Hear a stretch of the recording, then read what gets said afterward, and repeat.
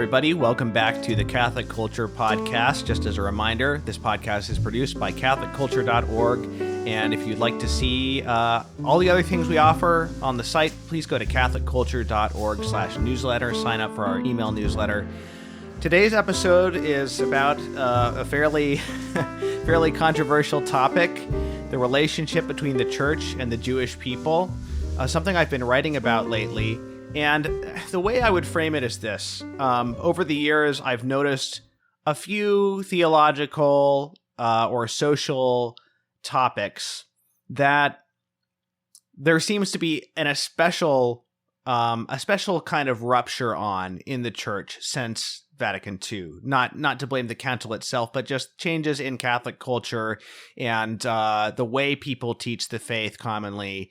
And I say a rupture in a special way because it's one of those few areas where even among otherwise Orthodox or conservative Catholics, you get some kind of views that would be anomalous at best or even contradictory to most of the prior Catholic tradition on the topic. So, a few examples would be issues of church and state, certain aspects of feminism with regard to marriage, and I think maybe above all, although it's not the topic that everybody in the Catholic world spends most of their time thinking about, but just in terms of how it's very common for even otherwise Orthodox Catholics to have views that are sort of unorthodox on this question is the question of the Jewish people.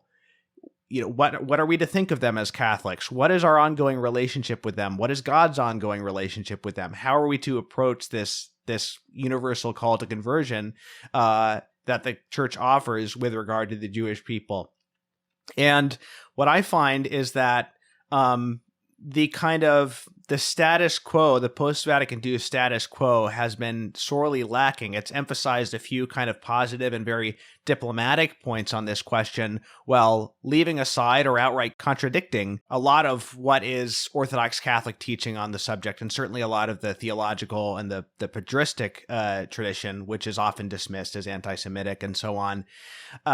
So there's this lack of sound formation on the question in the direction of perhaps a more liberal point of view.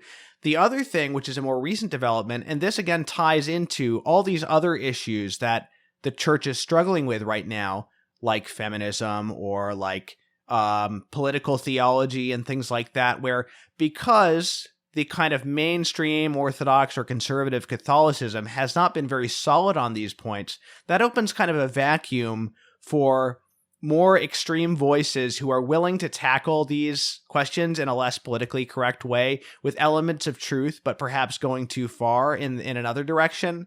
And so that also kind of puts pressure on this moment, in my view, for us to really start looking back at these things, recovering our whole tradition, and really getting this right in a way that's balanced, in a way that's charitable and properly nuanced, but not so nuanced that we lose the essential points. And so I think right now we're in a position where obviously a lot of people are talking about issues related to the Jewish people, whether it be politics, the state of Israel, the war that's going on, which is not really going to be the topic of this episode much at all. This will be a more theological conversation, but these things are coming up, and you also see an increase in what I would call genuine anti-Semitism online, but also an inability of many people, many Christians and Catholics among them, to distinguish between what is anti-Semitism and what is in fact the traditional teaching of the Church. So for that reason, I've been publishing at CatholicCulture.org a series of articles that I've been writing on this topic, four in total, a 4-part essay essentially. And by the time this episode comes out, I think 3 out of the 4 parts will be published. So I'll link to those in the show notes. And I would recommend people check those out. But I wanted to have on somebody who's really the guy, for me anyway, on this topic, who I've been chatting with, at least for the past year or so, on this topic and getting a lot of inspiration from. And his name is Gideon Lazar. And the way I see him, he's developing, this body of writing and this engagement with this topic that I think is sort of analogous to being like the Catholic answers for apologetics directed to the Jews to encourage them to embrace Christ, which is really exciting. Nobody else is really doing it, and he does it in such a balanced and charitable and a way that can talk to both sides. People who are way too hardcore on one side, people who are way too wishy-washy on the other side. So this is a long introduction, but just to try to frame this conversation. So Gideon Lazar is a Jewish convert to Catholicism himself. He received a BA and Classics in Medieval Byzantine Studies from the Catholic University of America, and he grew up, obviously, in a Jewish family, was baptized in 2018, received into the Catholic Church in 2019. He's currently an MA theology student and the Institute coordinator for the St. Basil Institute for the Study of the Theology of Creation. He writes about theology on his Substack, which I highly recommend, and creates YouTube videos on his channel, The Byzantine Scotus. He's published articles in a number of Catholic publications, including New Polity, The Josias, Crisis, and he currently lives near Seattle with his wife and 3 kids. Gideon, it's really great to have you on the podcast. Yeah, thank you so much for having me on. So, since I'm sure someone will ask in the comments, I'm recording from my car right now just because I don't have good air conditioning, or really any air conditioning in my office, and it's 90 degrees out right now, so I'm sure the office will be way too hot to record in. So yeah, I apologize for the background, but that's why I'm in my car right now. Oh, no problem. Totally understandable. Would you add anything else to that very meta framing of where this issue sits in our current attempt, our struggle to sort of reclaim the whole of our Catholic tradition? No, I think you framed things in a very good place. I would maybe add 2 additional notes to it. I think the first is you mentioned those political questions, and they're important, but I think it's important to distinguish the political and theological questions. Not that I'm advocating that our theology ought not to shape our politics. Our theology very much should shape our politics. But I think there's sometimes a concern where people will take sort of secondary issues of perhaps like the current war between Israel and Hamas, and they'll take their concerns about that war and then lay that over their theology. When I think actually there's a lot of important distinctions that have to be made there. And this happens on both sides of different people's opinions on the war. I think the other important point is that I think we have to read Vatican II here with a hermeneutic of continuity, and I mean that in a very real way. In that, I think on one side you have people advocating that there is a rupture, and therefore Nostra Aetate replaces the prior tradition.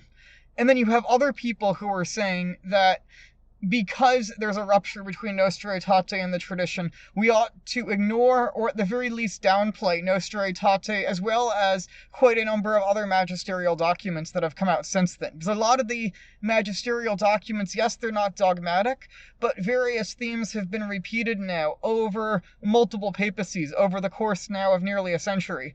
And so I think certain things people who work in fundamental theology can debate at what level things are at, but what I try to do in my approach to these questions is to read things in the hermeneutic of continuity, so that way we can see from the Church Fathers through the medieval tradition to Vatican II and post-Vatican II documents certain common themes that come out of all of them that we can use to construct a genuinely Catholic approach to our theology of the Jews.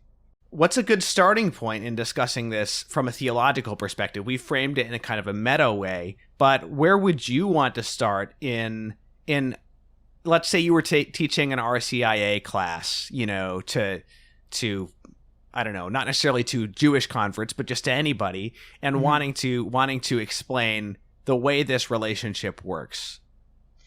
Yeah, I think you need to go back and understand that the Jewish people, right, have, at least in there, as a 4,000-year history, starting with Abraham, and especially really 3,500 years, starting with the giving of the law to Moses.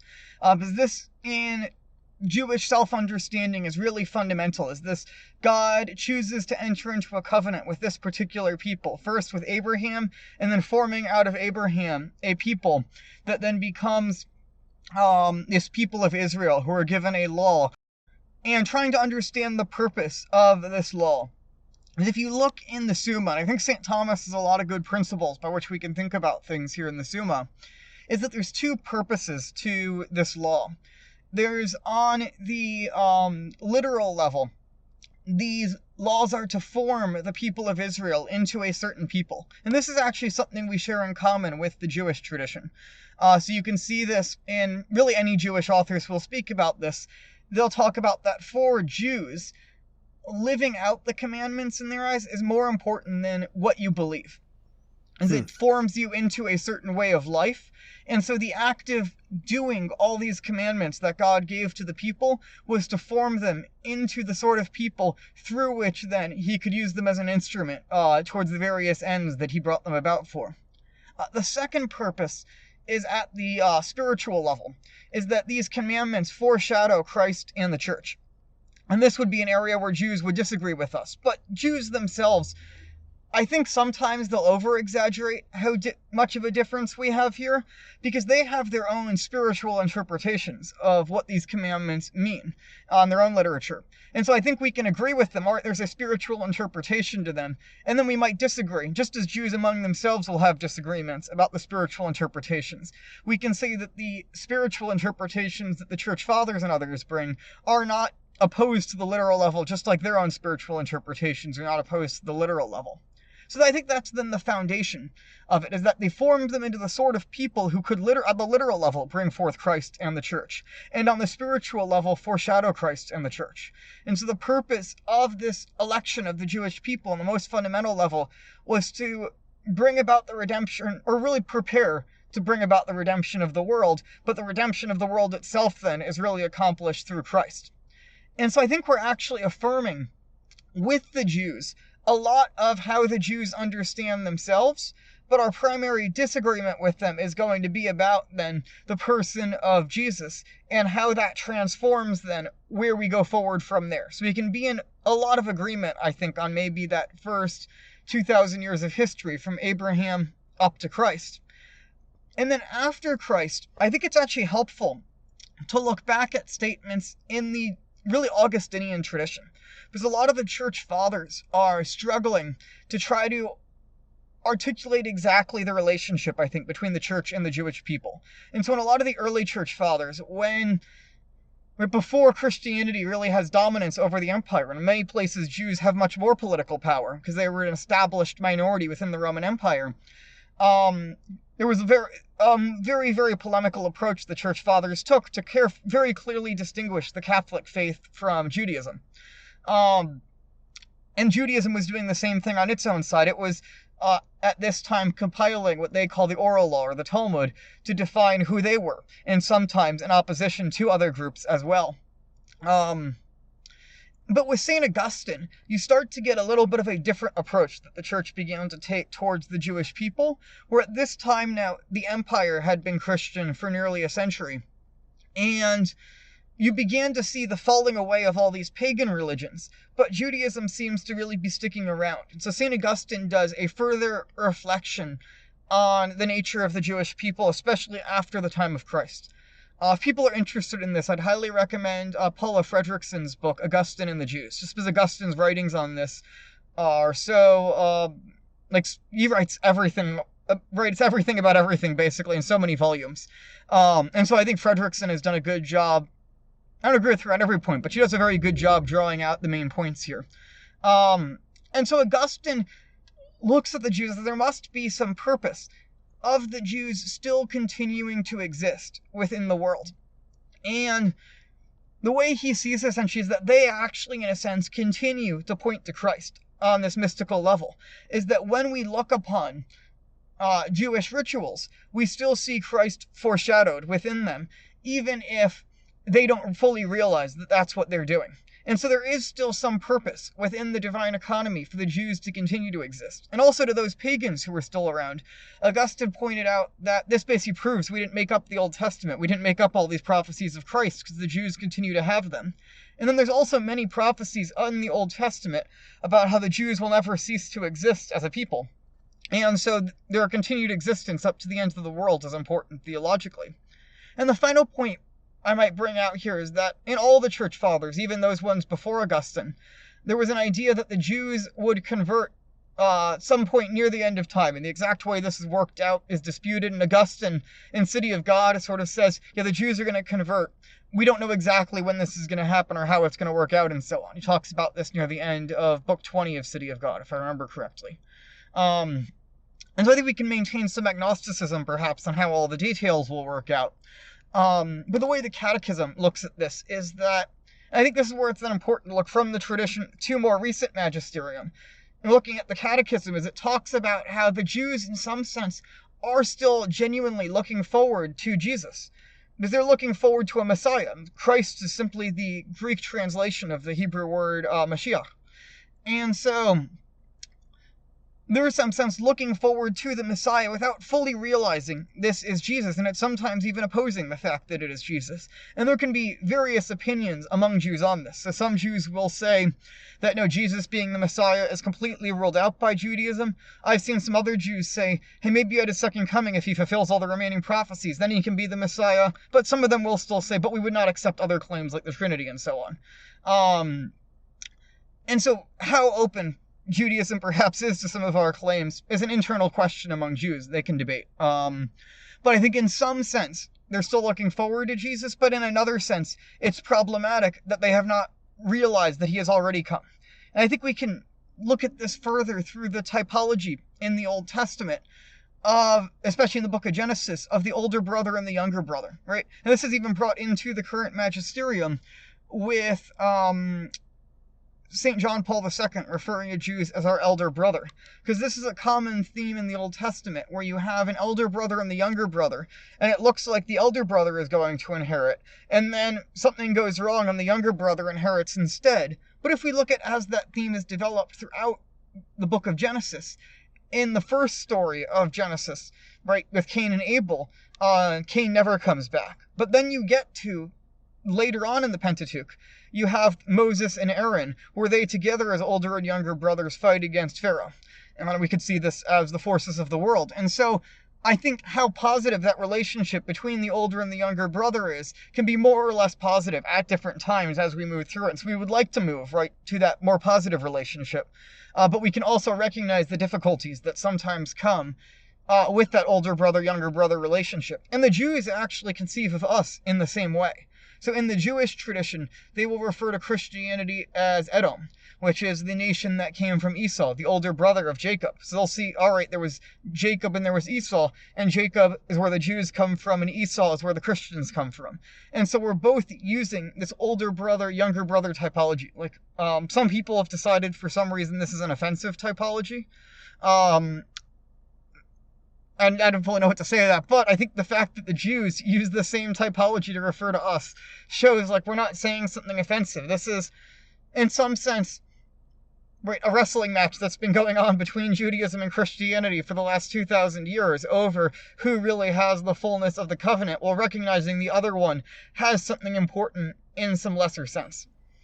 Well, one of the things that has bugged me and kind of got me to write this stuff that I've been writing is that it seems like since the Holocaust, or at least certainly since Vatican II, there's been such an emphasis in the church on basically convincing the Jews that we aren't anti-Semitic and sort of generating goodwill, which is important. I understand the idea of sort of wanting to reset a decent, friendly basis for a dialogue and all of that stuff. I'm not disputing that. But it gets to the point where some of these phrases get used as these kind of slogans of flattery almost. And you mentioned the elder brothers things. I mean, I've heard that from John Paul II quoted so many times as though it were merely this sort of uncomplicated, friendly relationship where we're brothers dwelling together in unity and it's true that John Paul II was primarily using that as a positive in a sort of a diplomatic context, but I'm sure that he was aware of the full resonance of this phrase. And a lot of these times when, people take these statements that are true, but use them in kind of a facile or a shallow way solely for diplomatic purposes, and then you start looking at the elder brothers and younger brothers in the Old Testament and certainly in Jesus's parables, and it starts to get thorny really quickly. And as you very rightly pointed out, there's also a hopeful message there. I mean, seemingly above all, Joseph and his older brothers, such a powerful story for all of us, even aside from the Jewish angle, just how to relate to our families or abuse and different things like that. Yeah, I mean, and it's interesting that you point out that the Jews see us as being Esau. And so, you began your comments with Jewish self-perception, which I certainly don't know very much about. How relevant is a lot of this because I'm looking at this mostly from the perspective of internal debate between Catholics as to the answers to these questions. I don't know a lot of Jews, to be frank. I'm not thinking practically in that sense. And so that's very important. But I'm wondering, what's your perception of the intra-Catholic debate and the way that a Catholic trying to defend the Jews in a misguided way might actually totally botch the way they themselves think about this issue? How much is that kind of Catholics being apologists for the Jews? How much of that is kind of actually disconnected from Jewish self-perception? Yeah, I think it's important. First of all, Jews are a very diverse community, especially nowadays, right? Well, yeah. Because you have very secular Jews, you have very Orthodox Jews, you have people in the middle between that, really everywhere in the middle of that spectrum. And so I think one of the concerns I've had with Jewish Catholic dialogue in, say, the last, since Vatican II really, is that we've very often gone to more liberal Jews, perhaps, to create that dialogue, even if they might officially be members of, Orthodox Judaism. They're on, perhaps, the more liberal side, or wanting... I mean it in the sense of, perhaps, classical liberalism. Is that, right, there's a desire to sort of go to this neutral ground where religion doesn't play a central role, and then we can figure things out on this neutral ground, so we have a third neutral ground of liberalism that we can meet each other at, and then we can each privately have our own religion when we're meeting in that, and then talk about our religions from that private common ground.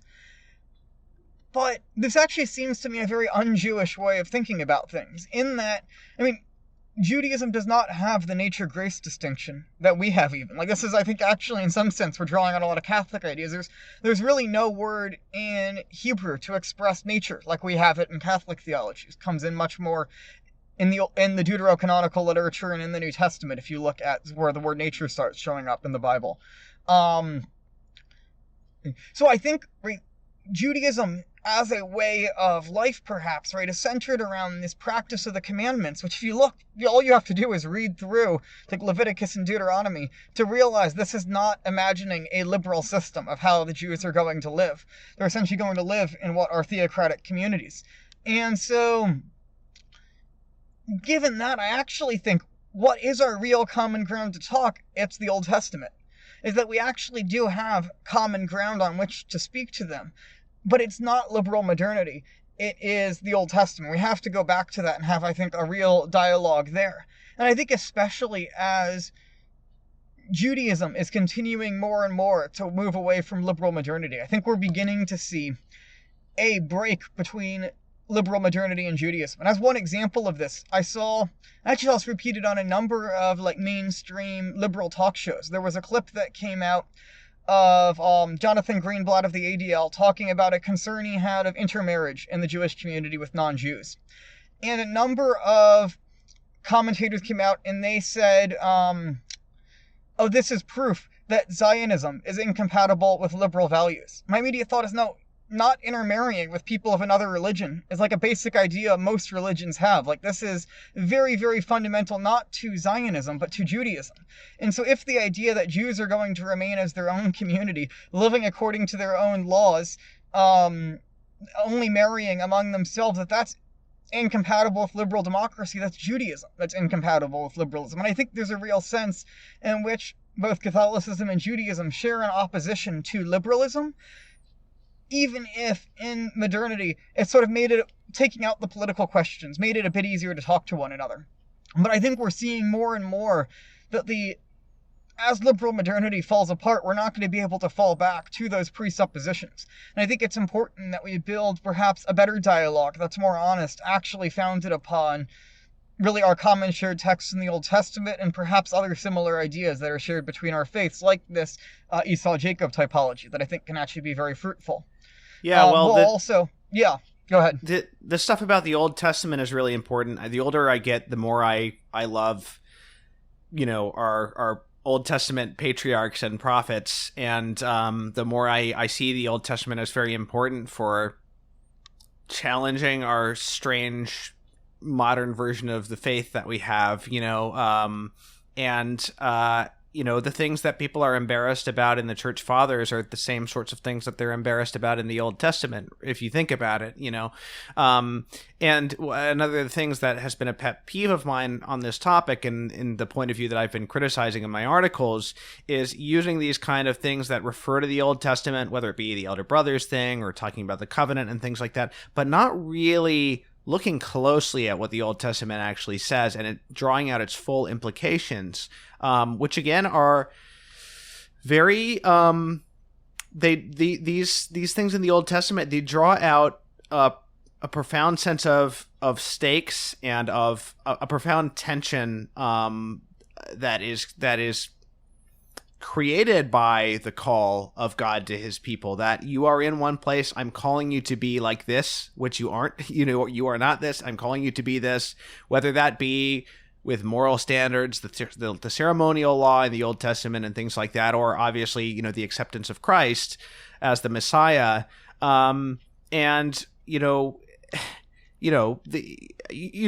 obviously very well. But I just think that so many of our sort of easygoing assumptions in the modern Catholic life would be challenged if we were to look more closely at the sort of the Old Testament mindset, by which I don't mean, obviously rejecting the New Testament, but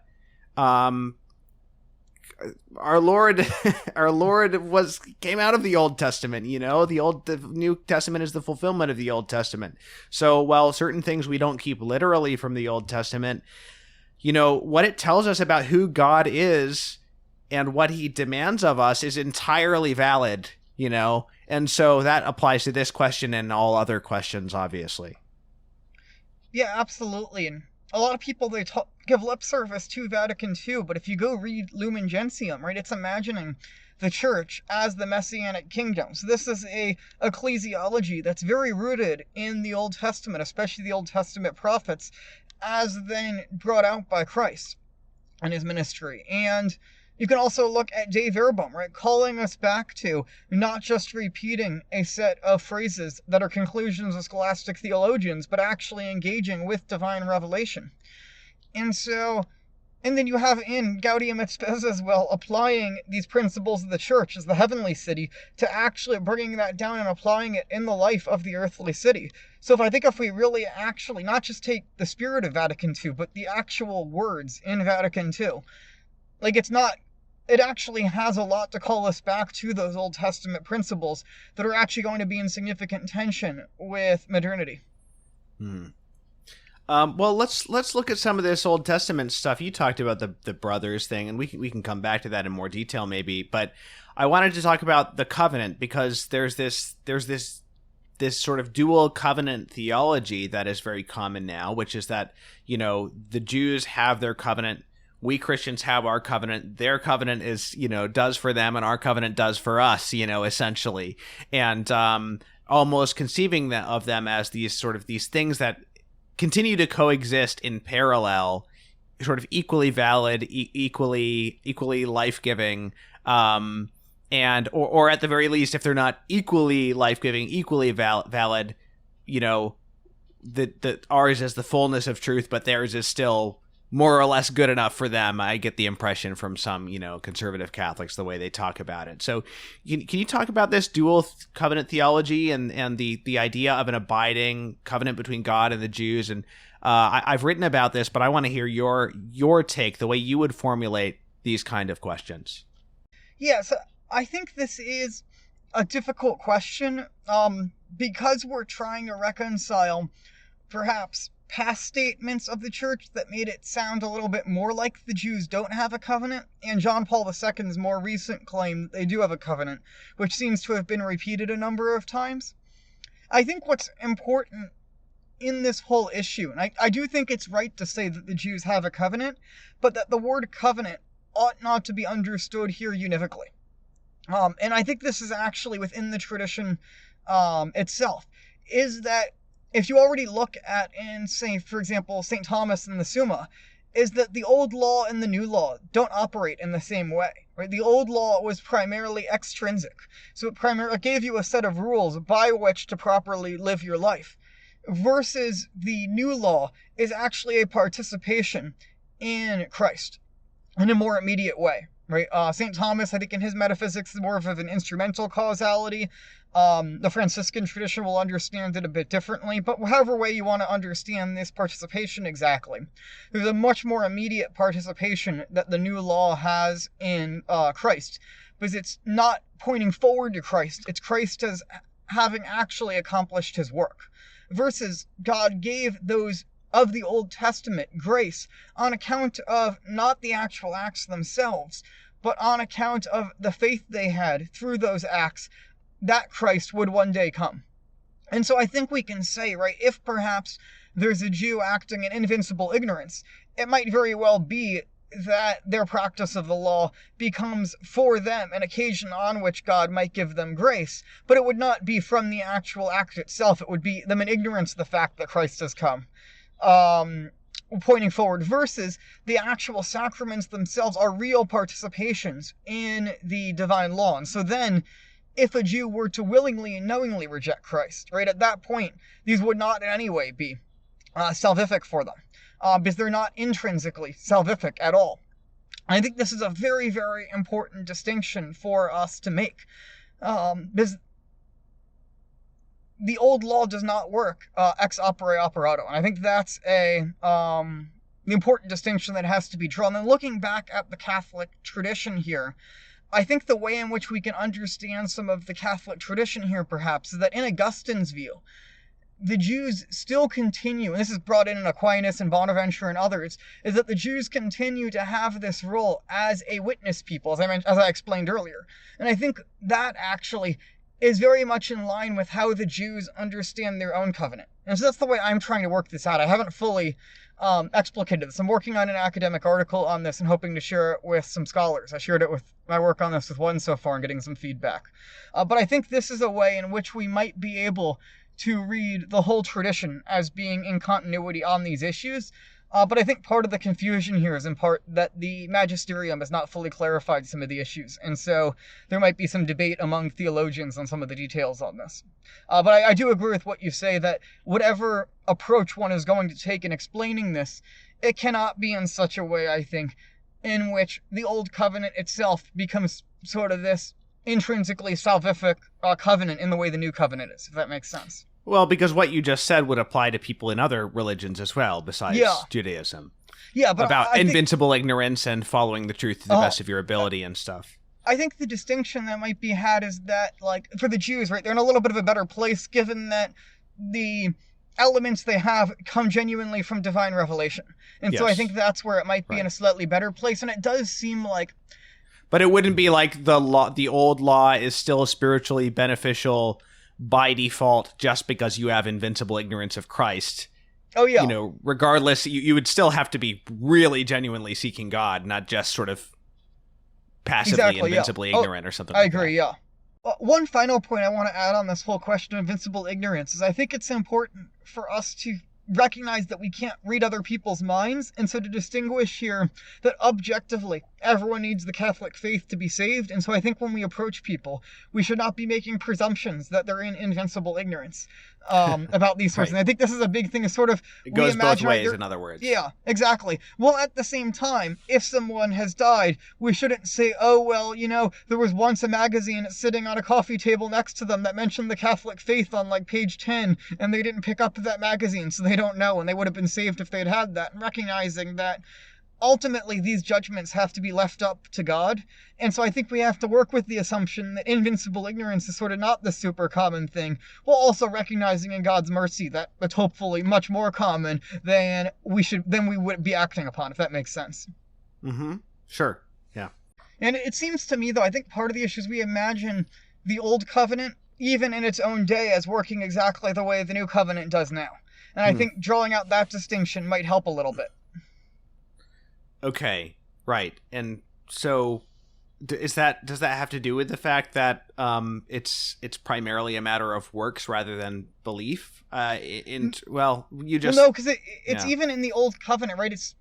When Paul wants to prove, right, the justification is based on faith, he points back to Abraham. So it was already the case in the Old Testament that the way the Old Testament patriarchs were saved was not by the old law, it was by Christ, by them looking forward to Christ and the work that he would do on the cross. And so I think that's very important to keep in mind, is that any salvation here is not something apart from Christ, if that makes sense. Sure. Right.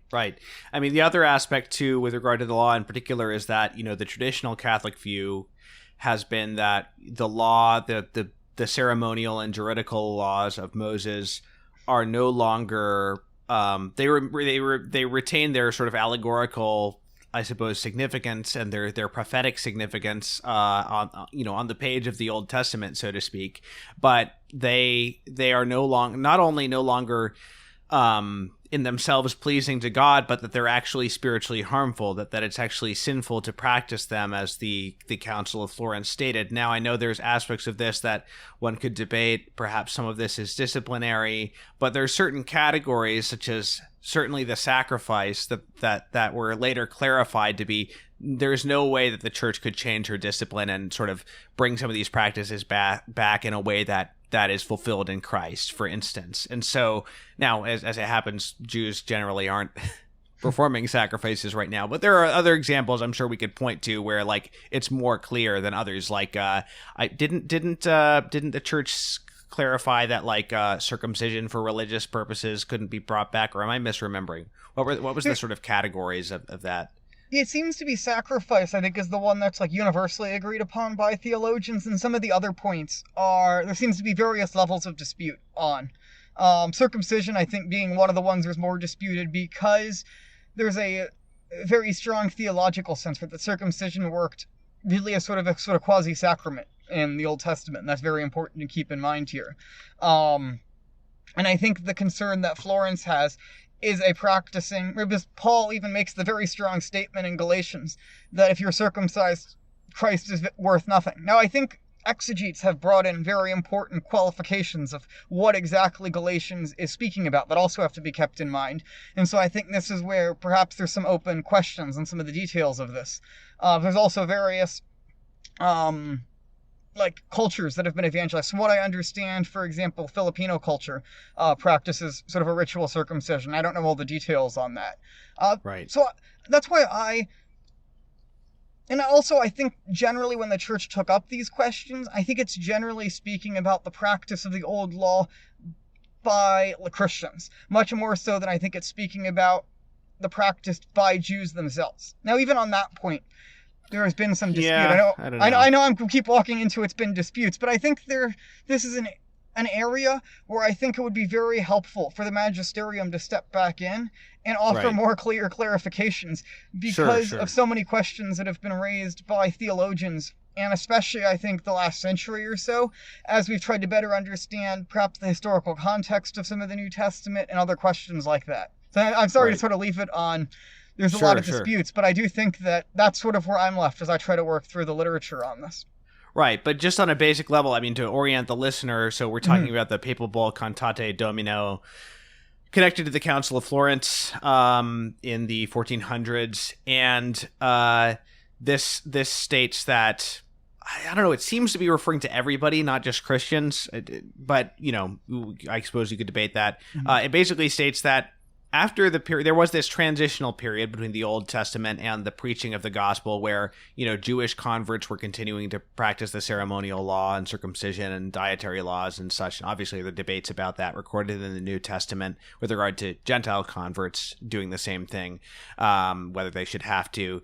But it basically declared that after this transitional period had ended, it became mortally sinful to practice the ceremonial, the rites and sacraments of the Old Testament, essentially. And so, those fine points of how much of that is disciplinary and who exactly does that apply to could be disputed. But for example, one thing it makes clear is that it says, even if you don't trust in those for your salvation, even if you do those things without thinking they're necessary for salvation, it's still mortally sinful.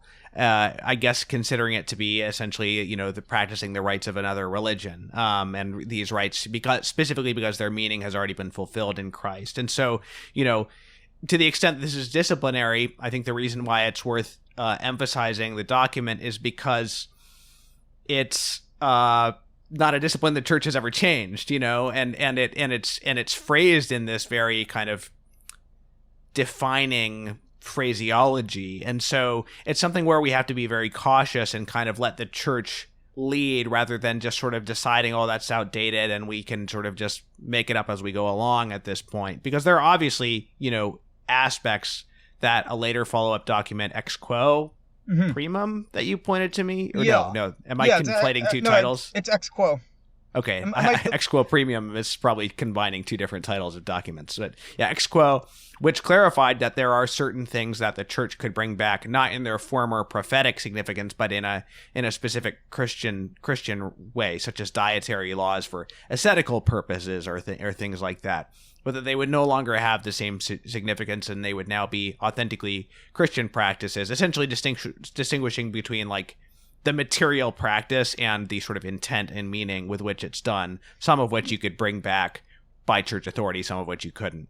Yeah, I think this is where actually I think there's a lot of room for discussion properly, is that, right, because there's a lot of similarities. So the context for Ex Quo is that certain Eastern Catholics were being accused by Latin Catholics of Judaizing because there's a lot more similarities in certain ways between a lot of traditional Eastern Christian practices and the Old Testament. And from a Latin mind, this looked very much like Judaizing. And even there's some practices in the West that the Easterners would look at and say, oh, that's Judaizing.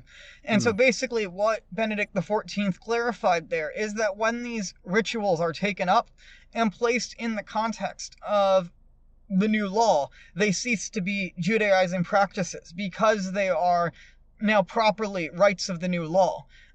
You can go even further than this, right? That a lot of Protestants accused the whole idea of liturgical worship and having vestments and incense and so on as Judaizing.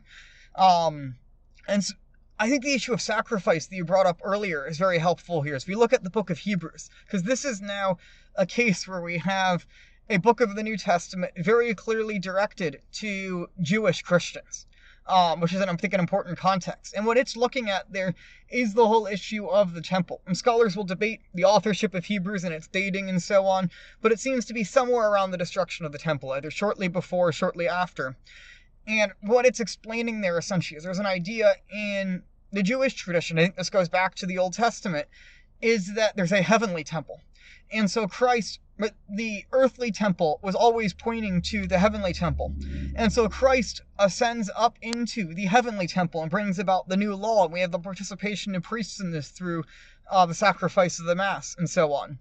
And so I think here there could be a basis of that all the various laws of the old law seem to have oriented the worshippers around the tabernacle and the temple. And even to today, when Jews pray, they will face the Temple Mount in Jerusalem, waiting for one day the third temple to be there. And so their worship, even though they can't actually practice the sacrifices, is still looking to the sacrifices. And so we're looking now not to these animal sacrifices of the Old Testament, but to the intercession of Christ in heaven and his presentation of the sacrifice there and the representation of it in the Eucharist. And so I think this is where there could be some basis for bringing in certain Old Testament laws perhaps for Jewish converts today, but it would have to be in the context, at least as I think it, around the Eucharist. And I think reorienting it around the sacrifice of the Mass might be a good basis for a discussion on this.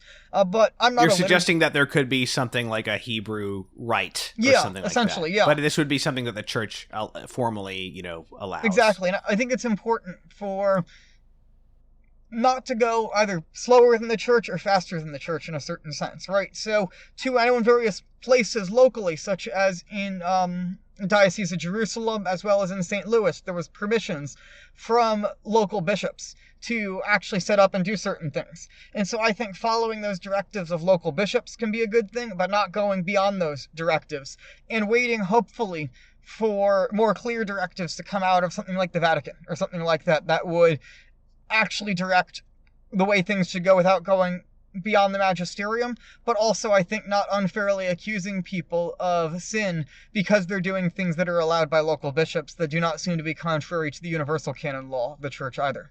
If that makes sense. Yeah. So just since you mentioned the temple, can we do a quick sidebar on why the evangelical stuff about rebuilding the temple is very bad? Yeah. So essentially, right, the purpose of the temple, St. Paul, or whoever wrote Hebrews, talks about this in the book of Hebrews. I tend to lean towards it St. Paul, or someone in his circle. I think it's St. Paul, I'll say that. But he talks about how the sacrifices of animals, they never actually took away sin in themselves. What they pointed forward to was Christ, who was to come and actually take away sin. And as I mentioned earlier, right, God brought those merits from the cross to the worshippers, even at the time of the Old Testament. But it was always in looking forward to what Christ would actually do. And so now that Christ has come, right, the earthly temples were always pointing towards this more cosmic and heavenly temple. And we see at the end in the book of Revelation that, right, there is no temple because the Lamb is the temple. That even in many circles in Jewish tradition, they expect the third temple to descend from heaven and not be built by human hands.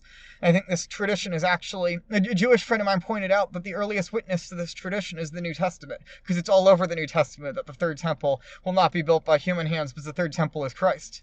And so the third temple, right, Christ is literally going to descend from heaven. So the third temple will descend from heaven. It's Christ, not some temple that's going to be built by human hands, and that there's no reason for animal sacrifices anymore. Now, animal sacrifices were permitted up until the destruction of the Second Temple. We see this even in the book of Acts. In Acts chapter 21, St. Paul is accused by some of the Jewish Christians in Jerusalem of telling the Jewish Christians in the diaspora to stop keeping the old law. And actually, we know St. Paul in Acts chapter 18, he had himself continued to practice parts of the old law because he had taken a Nazirite vow. And so to prove his loyalty here, as well as also just to purify himself from the Nazirite vow because he had taken it, he goes with fellow Jewish Christians to the temple and offers a sacrifice at the temple to purify himself of the Nazirite vow. And so we see then, up until the destruction of the Second Temple, you were able to keep parts of the old law there. And it seems, we see in early chapters of the books of Acts as well, that the early Christians were very involved around the temple, preaching Jesus in the temple. This is what leads up, if I remember correctly, to St. Stephen getting stoned, is that they're at the courtyards of the temple essentially preaching about Christ. But that now that the old temple has been destroyed, there would be no reason to rebuild it, and it would probably have very serious theological conflicts with it, because, well, even looking at this again, as mentioned just from the Jewish tradition, the first temple and the second temple, as well as the tabernacle, you needed prophets to come and give the instructions of how exactly it could be built. And they're not going to have prophets that are going to come and tell them to rebuild it. So that's also going to be a very serious issue of right. These, but isn't there an aspect of Catholic tradition that points to, the rebuilding of the temple as being connected with the Antichrist in some way? Yeah, so there's a line in 2 Thessalonians where St. Paul mentions the Antichrist sitting in the temple of God, proclaiming himself to be God. And there's sort of two major opinions among the fathers on what exactly this temple of God is. One common view is that the Jews are going to rebuild the temple, and essentially the Antichrist is going to use the Jews to rebuild this temple, but then ultimately the Antichrist will betray the Jews, and he's going to set himself up there. Because the temple was seen as where God was enthroned. So in the center of the temple, in the Holy of Holies, you would have two cherubim that were seen as sort of the throne of God, and so God would be seated upon it. And so now the Antichrist would sit in the temple, proclaiming himself to be God because he's sitting where the throne of God was. The other view is that the temple of God here is a reference to the church. And so it would be, the Antichrist would be some sort of great heretic within the church proclaiming himself to be God, or within an anti-church. And both those why not? opinions, Probably both. yeah, exactly, and it could very well be both, because Yeah. the Antichrist, St. Thomas mentions how he's going to be not the absolute culmination of all evil, because since evil is not a genus, there's no ultimate evil. Yeah, right. But he's going to be the most wicked man to ever live, and so it could very well be that he's going to fulfill all sorts of different aspects of various theories about the Antichrist. I do always try to be a bit cautious about this future speculation. The Jews did lots of speculation about what the Messiah was going to be like, and then Jesus came, and he didn't fit those speculations, and so they said, oh, this can't be the Messiah. And I think we probably should have a certain degree of caution with end time stuff as well, that we don't overly predict what's going to happen, and then when it doesn't fit that perfectly, say, oh, this can't be what's being talked about, you know? But I think we should know about what the various church fathers have speculated on this. Well, it's certainly interesting that, and I mentioned this in my article, that, the last person to try to rebuild the temple, to my knowledge, was the Emperor Julian the Apostate, who was not obviously Jewish himself, but was a fallen away Catholic and wanted to just basically subsidize any and every opposition to the church that he could, whether that be sort of Greek, Neoplatonic theurgy or, Jewish worship. And so he tried to rebuild it. St. John Henry Newman describes in his book on miracles that the fire that came out of the ground miraculously and consumed the construction works, to prevent this from happening. But Julian is considered, and Newman describes him as being a kind of, if we can speak of types just in history, not in scripture, being a sort of a type of Antichrist, or an Antichrist himself. So it's just interesting on a historical level to consider that. Yeah, absolutely. Because I think the idea some of the fathers have in this is that by bringing back the temple and the sacrifice and so on, it would essentially be a denial that Christ has in fact ascended into heaven, that the Eucharist is the new sacrifice and so on. There would be a denial essentially of the new covenant. Versus all the other practices, right? To varying degrees, they could be practiced in such a way in which they're a denial of the new covenant completely. There's other things that are ruled already by the church as not a denial per se, so long as they're practiced within the context of the new law. There's other things in the middle that are disputed among theologians on this, but I think very clearly the sacrifices would in fact be a complete denial of the new covenant. Yeah. Okay, so can we talk a little bit about so-called supersessionism? Substitution theology, replacement theology, these phrases that people use. One of the crucial parts of the framework for the articles I've been writing is this 2018 essay written by Pope Benedict after his retirement on the church and the Jews. And one point that he makes is that there was no theory of substitution per se prior to the Second Vatican Council, even though it's always sort of discussed as though this had been the predominant view in the church that now we need to correct or something like that. But whichever term you want to sort of take up, but supersessionism is probably one of the more common ones, right? I guess the idea that part of the problem is, how do you define supersessionism? Is it the view that the new covenant fulfilled the old covenant? Is it the view that the new law replaced the old law? Is it the view that, the church replaced Israel? Well, even that is kind of true, like in a sense, or the church is the new Israel.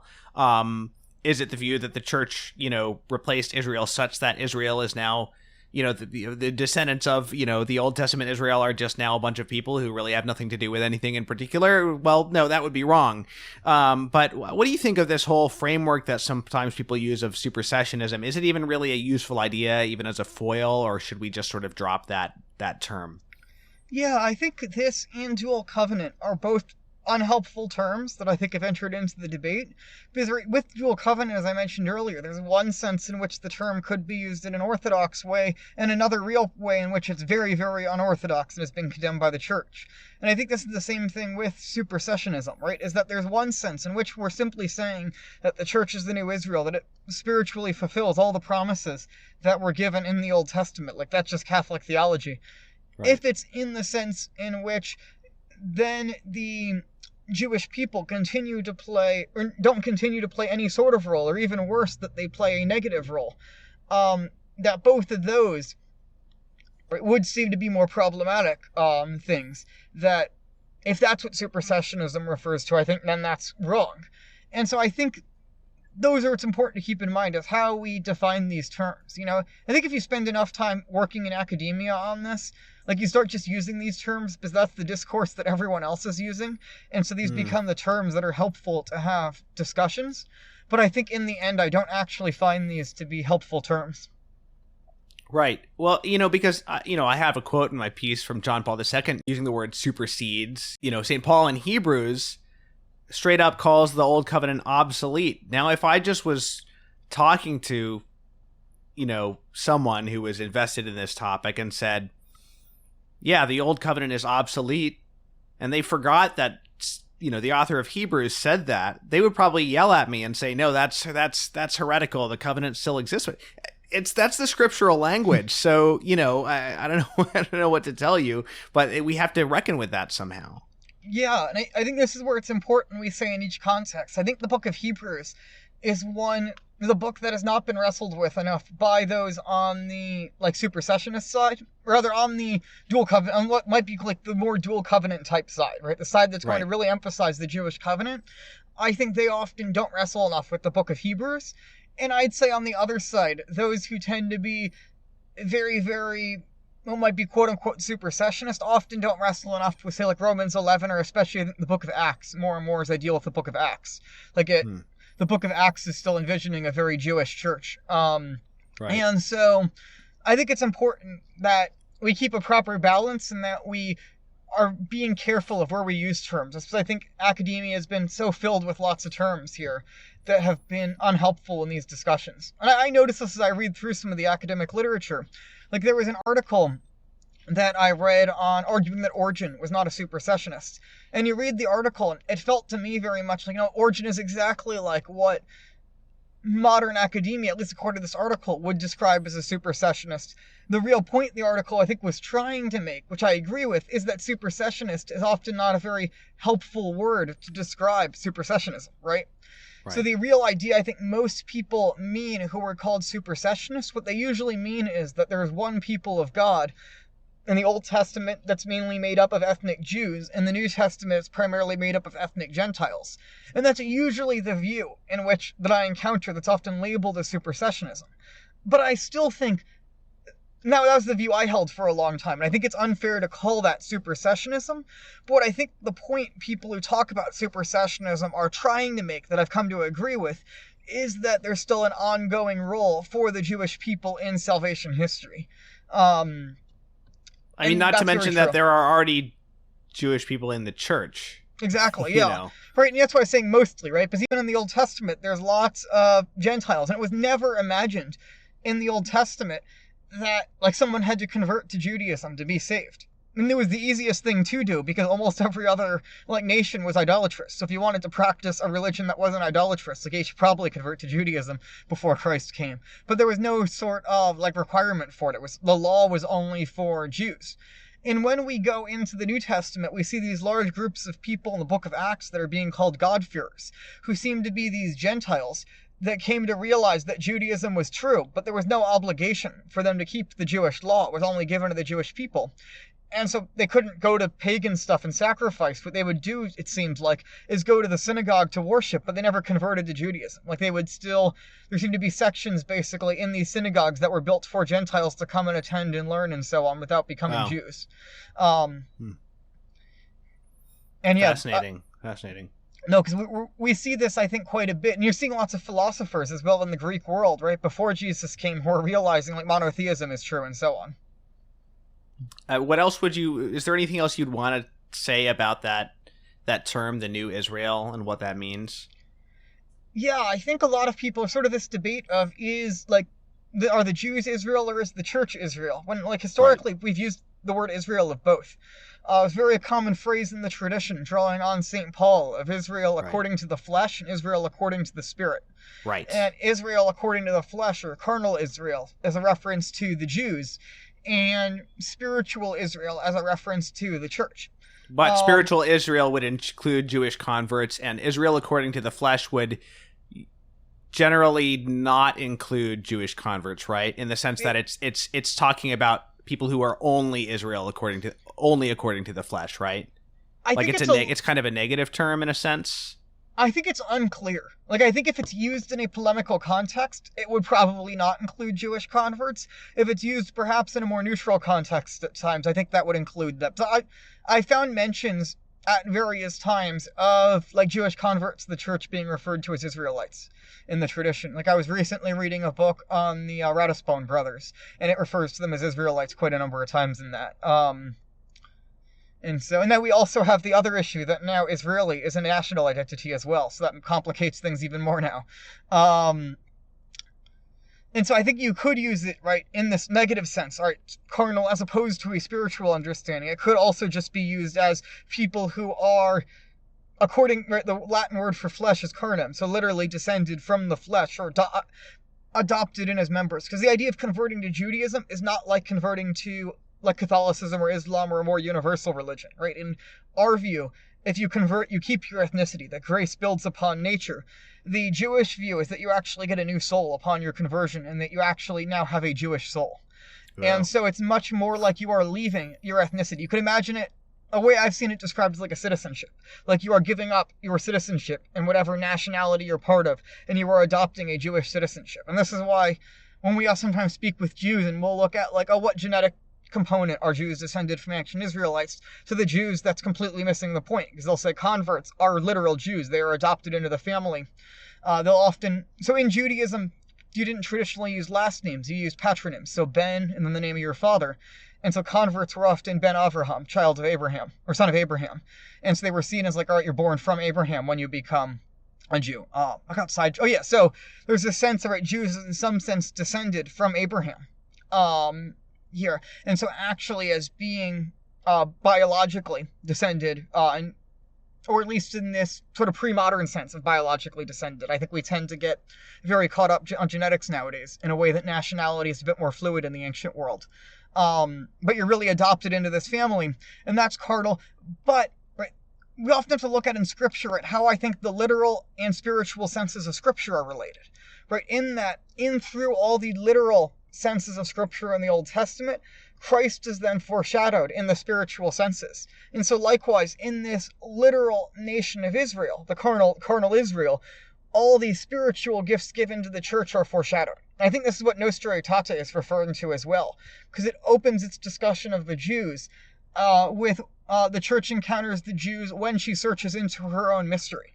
I mean, this is again in St. Thomas. When we look upon the Jewish rites, we see Christ foreshadowed. And so in this national body of Israel, the church is foreshadowed there. As well, Lumen Gentium has this. It talks about how the Old Testament events foreshadowed what God would do in the church, like God giving manna to the Israelites in the wilderness foreshadowed the giving of the Eucharist to the church.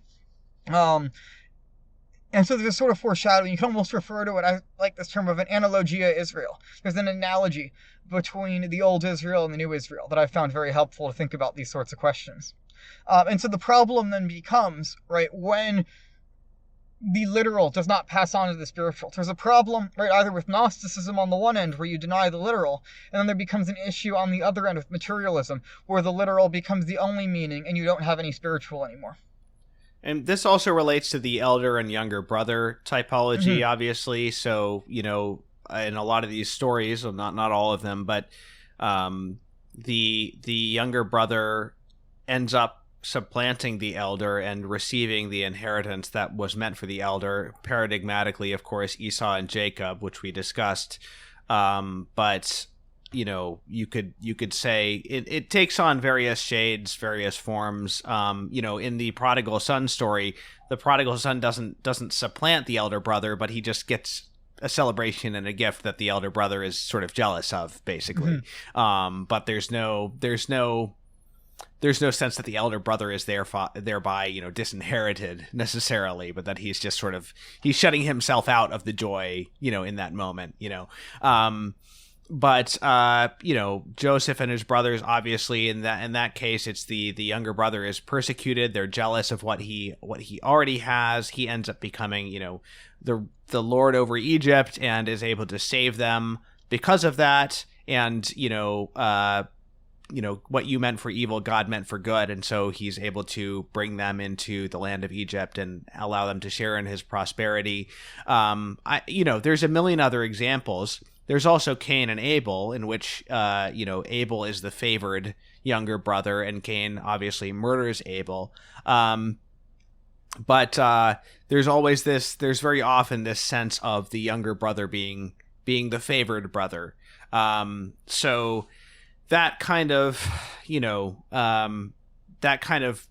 takes us to, in a sense, this question of disinheriting, or the parables Jesus tells about, this will be taken from you and given to another people, the people who didn't come properly dressed for the wedding, or the people who didn't light their lamps, or the vineyard workers who kill the son of the vineyard owner, and then he's going to come and have them put to death and put the vineyard in the hands of somebody more trustworthy. All of these different stories relate not only to the church's inheritance of the promises, but also to Israel of the flesh not getting those promises, of being dispossessed, at least for a time, from those promises. And as we see in the story of Joseph and his brothers, there's this eventual reconvergence, this reunion and reconciliation. But the reason I'm bringing this up is to go back actually to the question of the covenant, because something I talked about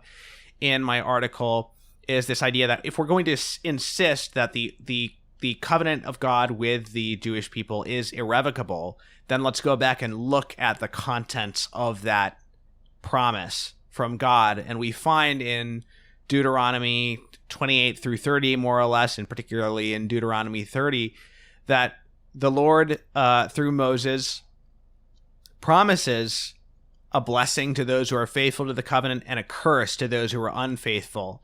And so this kind of complicates the idea of the irrevocable covenant as a sort of an unvarnished benefit to the Jewish people today, because from an Orthodox Catholic standpoint, and I hope I don't have to work hard to convince my audience of this, because the old covenant is fulfilled in the new, that means that in order to be faithful to the old covenant, you have to enter into the new covenant by accepting Christ. And this is what Pope Benedict said in his essay, and one of the reasons that essay was controversial, as it was. So nonetheless, we run into a problem here, because Nostra Aetate, one of the things it singles out about the Jews is that, I don't have the passage in front of me, but it said it says it would be wrong to present them as accursed, collectively guilty for the death of Christ and things like that. So do you think that we can read Nostra Aetate in such a way as doesn't exclude the plain meaning of Deuteronomy, where God does threaten a curse on those Jews who were not faithful to the covenant, and the logical implication that there is a curse on Jews who reject Christ? Yeah, I think probably what Nostra Aetate is responding to, if you read it in its historical context, is perhaps certain ideas that had become, I don't actually think church teaching, but maybe in the popular imagination of certain Christians, that perhaps played into the events that led up to the Holocaust. Not that it was church teaching in any way, to make clear, that led up to the Holocaust. I think Hitler's ideology was very anti-Christian. Right. But obviously, yeah. But I think what the concern was at the council is, in certain ways, perhaps certain popular conceptions of this may have led people to certain anti-Jewish attitudes that then led them to more easily be participants in such an atrocity. Mm-hmm. And I think, for example, a friend of mine, Christian Wagner, came across some research that there were, if I remember correctly, certain Jansenists who were teaching that there was sort of a literal blood curse on Jews. That, almost imagining it like a sort of a new original sin that passed down on the Jews. And so the church was rejecting perhaps an idea like that, or other similar ideas, or the Jews are in no way related to God anymore, right? Or even that the idea I've encountered in some sort of anti-Semitic circles, the Jews are irredeemable or anything. I think this is probably what it's getting at, but if it's going to say the Jews are not rejected in the sense that they're still under the Mosaic covenant, as you point out rightly, that there's a sense then in which they're under a curse. And I think very notably, the Jews themselves understand themselves to be under a curse here, and that's why they await the day when the Messiah will come and redeem them from exile. They pray 3 times a day for this. There's many sort of Jewish holidays that are about this event where they'll pray that God sent us into exile because of our sins. The temple was destroyed because of our sins.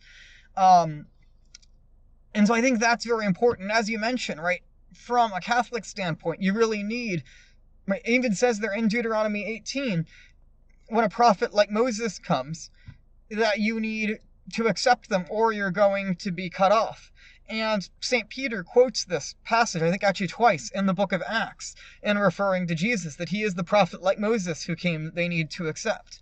So what's the theory they have about what sins was it that led the temple to be destroyed? I mean, like, surely they must have a concept of what sin it was. Yeah, so it's just the general idea of being unfaithful. I know the Talmud at one point mentions the idea of, that it was sort of hatred between brothers. That it was the inability of the Jewish people to live together in harmony and follow God. And there's Josephus, for example, describes that even as the Roman armies are coming up to destroy Jerusalem, they're still arguing among one another about how to properly do things. But I think we can take that and say, all right, there's some truth to that. But what does Christ quote, right? I think it's in the Gospel of John. He says, they have hated me without cause. And then the Talmud says, what was the sin? It was hatred without cause. And so there's a sense in which we can say there was strife among brothers, but there was one, I think we could argue, that was very fundamental, which was the rejection of Christ. And it's strange. It's just strange to me that because there's no Old Testament precedent for a 2,000-year long exile, just based on sort of unspecified, generic sinfulness, Yeah, I think so. And I think this is an important point to bring up is St. Paul in the book of Galatians. He mentions here that Christ has become a curse for us, and he's quoting here various passages from Deuteronomy about curses, such as cursed is everyone who hangs on a tree. And there's also as well, he quotes near the end of Deuteronomy, cursed is everyone who does not abide by what is written in this law. And so he's very clearly, when he talks about curses in the book of Galatians, referring to this idea of a covenant curse. And so sort of an idea here in St. Paul, you could almost imagine it like a lightning rod, that all the curses that are supposed to come down upon Israel, instead they all come down upon Christ. And so if they had accepted Christ, or even all their covenant disobedience, that all would have been taken away because Christ would have taken on that curse instead. And for us, he has taken on that curse.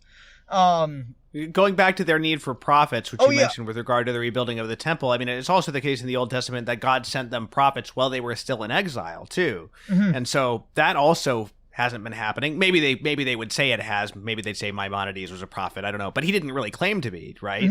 Yeah, I think they would take certain holy figures. He was a teacher. He wasn't a prophet. Yeah, they'll take certain, like, very holy rabbis and stuff as prophetic, but not prophets in the full sense that, like, you have in there. I think what's interesting is there is this 2,000-year period that I think Jews have a very hard time explaining. And I think Maimonides' attempt to explain it is very interesting, but actually sort of disproves Judaism in the process. That Maimonides, he's talking about what the Messiah will be like. And then he lists sort of false messiahs that have come. And he says that the greatest false messiah in the Jewish view is Jesus, because he's led so many people away into error. He says, but why does he say, does God allow this rise of Christianity, then after it the rise of Islam? He said that if the true Messiah, in his view, had come in like Jesus' day, as I think very clearly like the prophets predict he would come, he says all the nations would not understand. Like you would say, oh, the Messiah has come. What do you mean by a Messiah? Right? And he says now that Jesus has come, through the spreading of Christianity and to a lesser extent Islam as well, the world now knows about an idea of a Messiah. They know about the Old Testament. They know about all these commandments and stuff. And then the true Messiah will come and everyone will be, oh, we got it like 90% right. We just got the wrong guy. It's sort of Maimonides' view. But I think it's interesting that Jesus comes to actually accidentally play this really important role in transforming world history. Because even Islam, right, doesn't arise without Jesus. Like, Islam sort of arises as sort of this counter-gospel. And so I think this is actually a great point we can point out to Jews, is they've even pinpointed in their own tradition this centrality of Jesus to transforming the direction of world history, so that way the Gentiles know about God and they know about the Old Testament and they're fulfilling biblical commandments and so on. Right. But I think this is actually a good proof for us. In my article, I mentioned, quote from John Paul II and Benedict referring to Judaism as a post-Christian or a post-temple development. And John Paul II even says, like you just said, John Paul II even says in his book, Crossing the Threshold of Hope, that the synagogue and Islam were protests against the closeness of God demand that came about in the incarnation. So yeah, that's very interesting that, this division, he came to bring division, right? And so this division, this bifurcation occurs. Mm-hmm. Yeah, absolutely. And I think that this is where we need to keep the proper balance in that Jesus brings in the Messianic kingdom. And so, right, as you mentioned, for example, the parable of the wedding feast and how you need to come to the wedding feast properly prepared or you're going to be thrown out. While at the same time also saying that God has promised at some point in the future to redeem the Jews and bring them fully into the Messianic kingdom. And so I think we can see providence at work here. Now there's an interesting passage in the Talmud where it's discussing sort of the division of world history, and it suggests that there's 2,000 years of chaos from Adam to Abraham. Then it says 2,000 years of Torah, which will get us right from Abraham to the time of Jesus. And then it says 2,000 years of the Messiah, which would get us from the time of Jesus until around now, which is the time for the gospel to spread around the whole world. And the way Jews will interpret this passage, they say, it's 2,000 years of preparation for the Messiah. But it's interesting, it's recording an old prophetic tradition here that's almost, I think, is probably true by the criterion of embarrassment here. But if we take it even as 2,000 years of preparation for the Messiah, it's in some sense, right, you could say the Jews, over the course of the last 2,000 years, have perhaps been being prepared by God to eventually one day accept the Messiah. And I'm not saying they're about to right now, but I'm saying, I think when you look over the broad stretches of history, and this is what has really inspired me, is seeing the way in which God's providence is working out over history, that St. Paul sort of prophetically predicts all the way back in Romans 11, that there's going to be this time where the Jews are broken off branches, so that way the fullness of the Gentiles can be brought in, and then all Israel will be saved. Right. Yeah, and also I mentioned the double side of the covenant, that there's this curse, but, also worth mentioning, even the curse itself has another side to it, which is that if you look at Cain as prefiguring, the Jews and Abel as prefiguring Christ or Christians, the curse on Cain said, he is exiled and has to wander the earth, and he complains and says, well, people are just going to kill me when they see me, and God says, well, no, I'm going to put my mark on you so that people who will know not to touch you, and any man who slays you will be avenged sevenfold. And so that shows us that even if the Israel of the flesh is under a curse of some kind from the covenant, doesn't mean that it does mean that they're going to be mistreated and exiled, but it doesn't mean that that mistreatment is justified. Or kind of, that they are sort of free sport for the world, that God is not eventually going to take his vengeance upon in some way. I think this is a very important point, especially now as we're seeing this rising violence against Jews, that I think the church needs to be properly preaching on this and the issue that we're facing now, which is that in Augustine's view, as the Jews practice their rituals, they're under a special divine protection because of this. And this is actually the basis of medieval canon law, which did not permit various pagans and heretics to exist, except as that suppressing them would cause division in society and harm the common good, versus Jews were seen as being protected even by divine law. And of course, this is not a modern liberal society. It's not as though Jews are then seen as equal citizens in society, but they were given a special protection. And if you go to, I heard this from someone who went and visited Yad Vashem, the Holocaust Museum in Israel, and they wanted to sort of show the history of anti-Semitism at the beginning, and apparently near the beginning there's a quote from Augustine, sort of him criticizing the Jews at one point, with sort of the implication, oh, it's Augustine's theology that led to the Holocaust here. Well, actually, Augustine's theology is exactly what would have prevented something like the Holocaust, because it shows that actually there's going to be a divine vengeance if you seek to harm the Jews, because they're under this special divine protection, despite the theological issues that we have with them. And so I think it's in many ways, it's actually when in part, you actually see a significant change with Martin Luther, whereas Martin Luther reverses the historic approach of the Jews, or the church to the Jews, but Luther actually says burn their synagogues, attack them, kill them, and so on, which was not the historic policy of the church. Now, from what I understand, this was never fully implemented or something. It was more him sort of just screaming. But I think this placed a seed there that when you get to the 19th century and you have historical critical scholarship, it's not at all surprising that the same place you have people like Julius Wellhausen arguing that the Torah is not actually divine revelation and that it's actually a bunch of different pagan authors who put it together. That's the same culture that 100 years later produces the Holocaust, because they've essentially stripped away Judaism from their Christianity. They've removed this idea that these are divine laws and thereby sort of removed an idea that there's any divine protection over the Jews. And so I think this is actually where the church could be a prophetic voice in the current climate, politically, as you have on the one hand, that no, there is a real issue of religious indifferentism that the church needs to speak out against, and that, right, we want...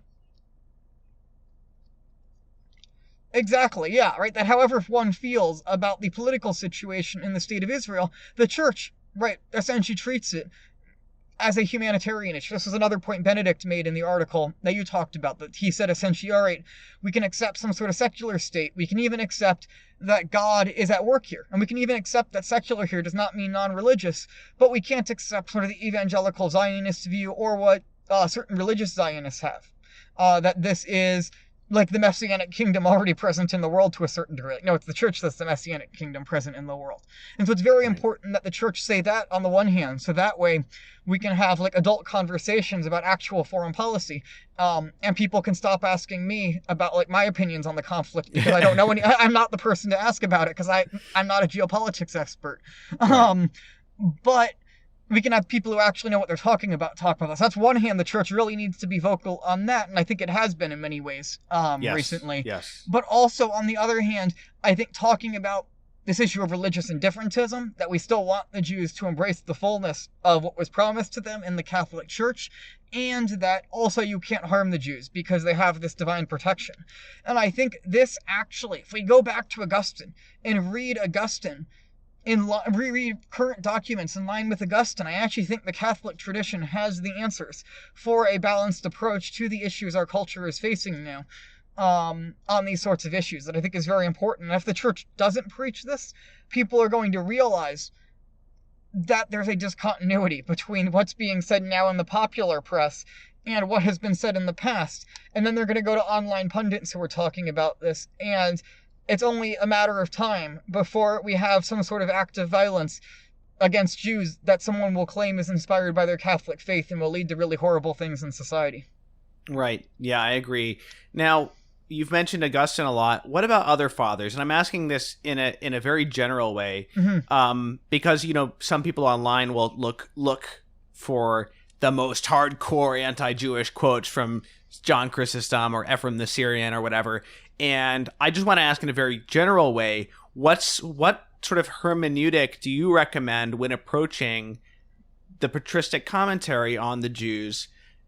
Because I don't think we should just be ashamed of the patristic period when it comes to this topic. But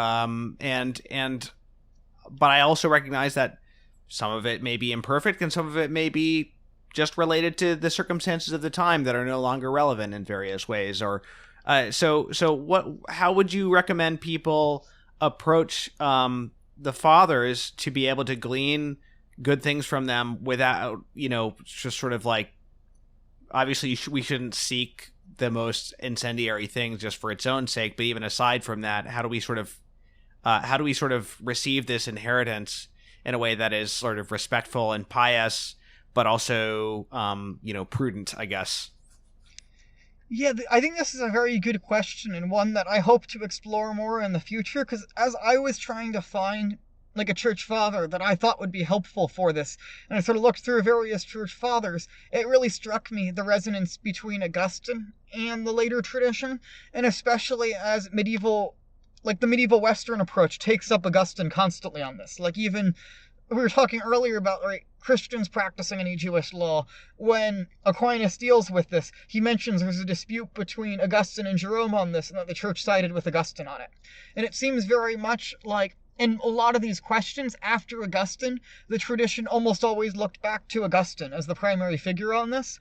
So that's sort of where I've started. But I think it could be helpful, like, once I've done more research on Augustine on this and the later Augustinian tradition, I do want to look at the other fathers and say maybe we've unfairly evaluated those other fathers as well. Because I think there's a lot of parroting talking points in these circles and a lot less sort of actually reading and discussing real passages from church fathers. It does seem to me that the Eastern churches tended to be, like I mentioned earlier, right, Benedict the 14th is dealing with Latins, sort of accusing Easterners of Judaizing. A theory I have in my mind, and take this with like a shaker of salt, because this is more like a theory of a vibe I've gotten from reading stuff, is that I think the Latin church came to view itself as much more consciously like a Gentile church, and so as a result was able to create a little bit more of a space between the Jews as a people and the church. Versus it seems like the Eastern Christians might have viewed themselves a little bit in a more direct way as the new Israel, and probably in large part because many of them were literally descended from the ancient Israelites in these places these questions are forming, and so perhaps that led to a little bit more polemics that were going on. It's notable that this Western tradition I mentioned of welcoming in Jews, right, that Jews are not, the reason Ashkenazi Jews end up in the Russian Empire originally is never because they were invited into the Russian Empire. It's because they're invited in by Western European governments in the High Middle Ages based on Augustinian theology. Then there's sort of a breakdown in the social order between Christians and Jews there. They're sort of pushed east into Poland, and then eventually the Russian Empire conquers Poland. And now you have a huge number of Jews now living in the Russian Empire. But that's because they were welcomed into Latin Christian lands. And so I wonder a little bit if there's always been a little bit more of a hostility there between some of the Eastern Christians and the Jews, given that the Jews only sort of ended up in Eastern Christian lands where there was already large numbers before Christianization. But this is more sort of a theory I have floating around, so it might be completely wrong. So take that. I think it's plausible, though. I think it's plausible. I did say in my article that part of the the tension between Jews and Christians comes from our very closeness. And, obviously there's a particular theological aspect to that, but there's also the general, whatever the, what's the phrase, the something of small differences. People talk about what word the narcissism of small differences. Yeah, or something like that. Anyway, infighting between people who have very similar views. I feel more compelled to correct a Catholic who's wrong about something than I do to correct an outsider. What have I to do with judging outsiders, as St. Paul said. So, that sounds kind of psychologically, culturally plausible to me. Well, you mentioned being inspired by seeing divine providence at work. Now, I've heard you say, and others say, that there seems to be something happening now with an increasing number of Jewish converts in modern times, despite everything, right? Despite the weak statements put out by church leaders, and despite modern anti-Semitism with the Nazis and all this stuff, there's something happening here, not just within the Catholic Church, but this wider phenomenon of Messianic Judaism, for all its defects, right? So what's going on? What's your sense of what is happening providentially now with this question? Yeah, I mentioned this idea, right, in Judaism. There's sort of this 2,000-year preparation for the Messiah, and on the Jewish calendar, so their calendar sort of got messed up at one point where they removed a bunch of years from it. It's a little complicated issue. But on their calendar, they're at like 5,700 something, and there's an idea in the Jewish tradition that the Messiah is going to come before the year 6,000. And so there's an idea of this sort of very strong messianic fervor, I think, right now going on in the Jewish world. And especially as well, right, there has not been a Jewish kingdom in like the land of Israel for about like 2,000 years. And now all of a sudden, right, they went through one of the worst catastrophes ever in their history in the Holocaust, and then 3 years later have their own kingdom. And then like 10 years after that, or 20 years after that, they not only have that, they reconquer all of Jerusalem. And so I think in the Jewish world, there's this messianic fervor that's bubbling up. And right around the same time as this messianic fervor is beginning to bubble in the last few hundred years, there's also, I think, a reevaluation by many Jews of the figure of Jesus. You see this beginning with sort of various secularizing Jews, because there's this movement of the Jewish Enlightenment, sort of when the Enlightenment hits the Jewish world. And one of the first things that happens in this is that maybe we misevaluated Jesus. They first start with, all right, maybe Jesus was just sort of a great Jewish ethical figure, and Christians have misinterpreted him. But then there start being various figures who are thinking, no, maybe actually Jesus is the Messiah. One of the most fascinating figures in this, sort of very obscure, but someone drew my attention to, is this figure named Joseph Rabinowitz, who he was an early Zionist figure, actually before Theodor Herzl. And in, I think it was 1882, he went to go try to investigate buying land in Jerusalem for the early Zionist movement. And he's standing upon the Mount of Olives, and he looks over Jerusalem. And suddenly he gets this idea that Jesus, like standing like right around where Jesus ascended into heaven, he thinks Jesus must be the Messiah. And he starts this sort of early Jewish Christian movement. It ends up not getting off the ground at all. But the idea sort of gets picked up in the air by various people, especially in the Anglican Church, interestingly. I was surprised to discover that a lot of this starts in the Anglican Church, but there's parallels in the Catholic Church as well. We see with, for example, the Ratisbon brothers. We see this with, what are their names? The Lehman brothers. There's quite a number of Jewish converts to the Catholic faith at this time, and with, I think, a much closer sense to their Jewish identity than perhaps past Jewish converts the Catholic faith had had. I'm reading, for example, recently a book about the Ratisbon brothers and their desire, which was quite interesting, to have their basis. They're setting up this congregation of Our Lady of Zion, and they wanted it to be based out of Jerusalem. And the idea that it was from Jerusalem that the message was going to go out to all the Jews. Interestingly, even before the Zionist movement, as I mentioned. And so I think there's something going on, and I've heard from friends in Israel. I used to be very, very skeptical of the Messianic Jewish world. I thought it was all sort of Gentile LARPers taking on Jewish tradition. I think that's the case often in America. But in Israel, where the population is mostly Jewish there, it's interesting to see, from what I've heard, there are tens of thousands of these Messianic Jews. And so there seems to be something going on in the Jewish world that's hard to exactly pin down, of perhaps the beginning of the first fruits of this idea of all Israel being saved and the Jews coming into the Catholic faith. And I think this is where people will often be very confused when I say we should have some sort of a Hebrew rite or reevaluate whether certain Jewish traditions might be compatible with the Catholic faith. I think what people first say is they'll say, oh, well, historically, we just accepted them, we assimilated them into the Gentile populations and so on. And I'd say I think that was perhaps a good pastoral policy at the time. But given that we're now seeing large numbers of Jews embracing Jesus, but wanting to remain connected to their Jewish identity, recognizing this, the Messianic Jewish community, they have a very strong sense that they are the first fruits. And I want to share an interesting story of some of these Messianic Jewish rabbis who actually went and they, under John Paul II, they actually met with Cardinal Ratzinger, who became Pope Benedict.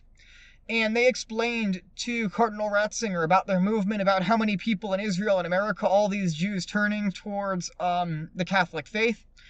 And not towards the Catholic, towards like Jesus, at least, not even, if not towards the Catholic faith fully.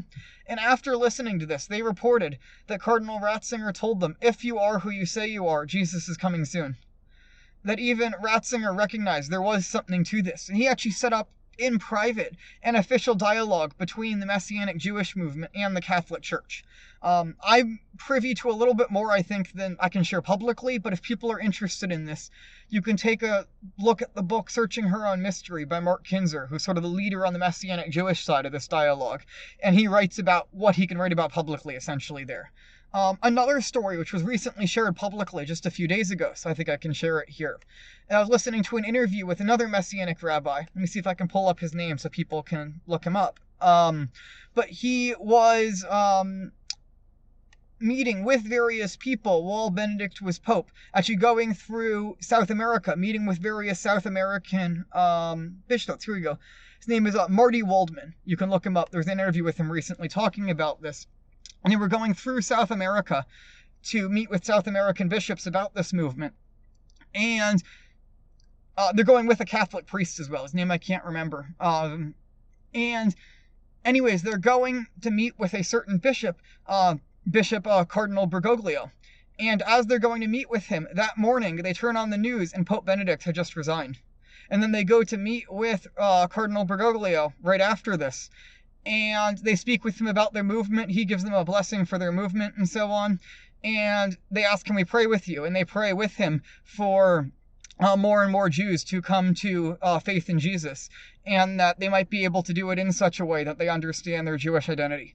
And from what I know, I don't know how much I can share publicly, but it sounds like a very good relationship maintained through this time between this group and Pope Francis as well.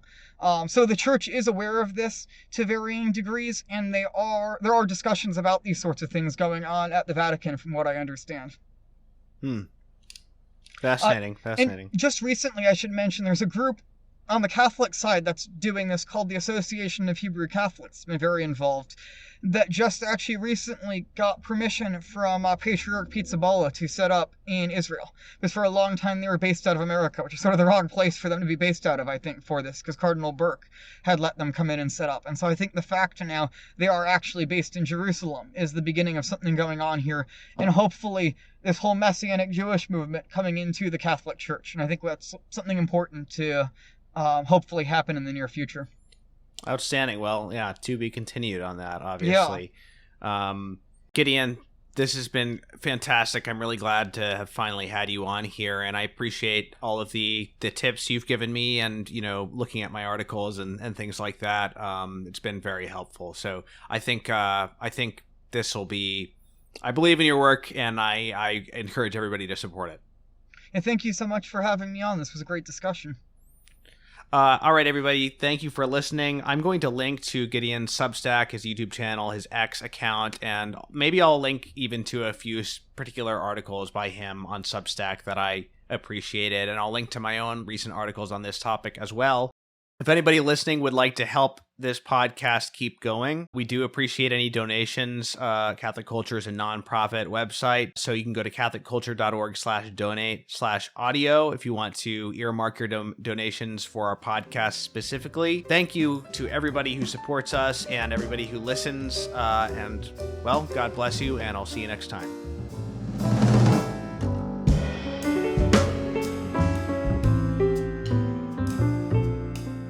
The Catholic Culture Podcast is a production of catholicculture.org. Check out our other podcasts, including Way of the Fathers, an early church history podcast hosted by Jim Papandrea, Catholic Culture audiobooks bringing to life classic Catholic writings, and Criteria, the Catholic Film Podcast, featuring deep analysis of great films from a Catholic perspective. You'll find all of this, as well as Catholic news, commentary, liturgical year resources, and much more at catholicculture.org.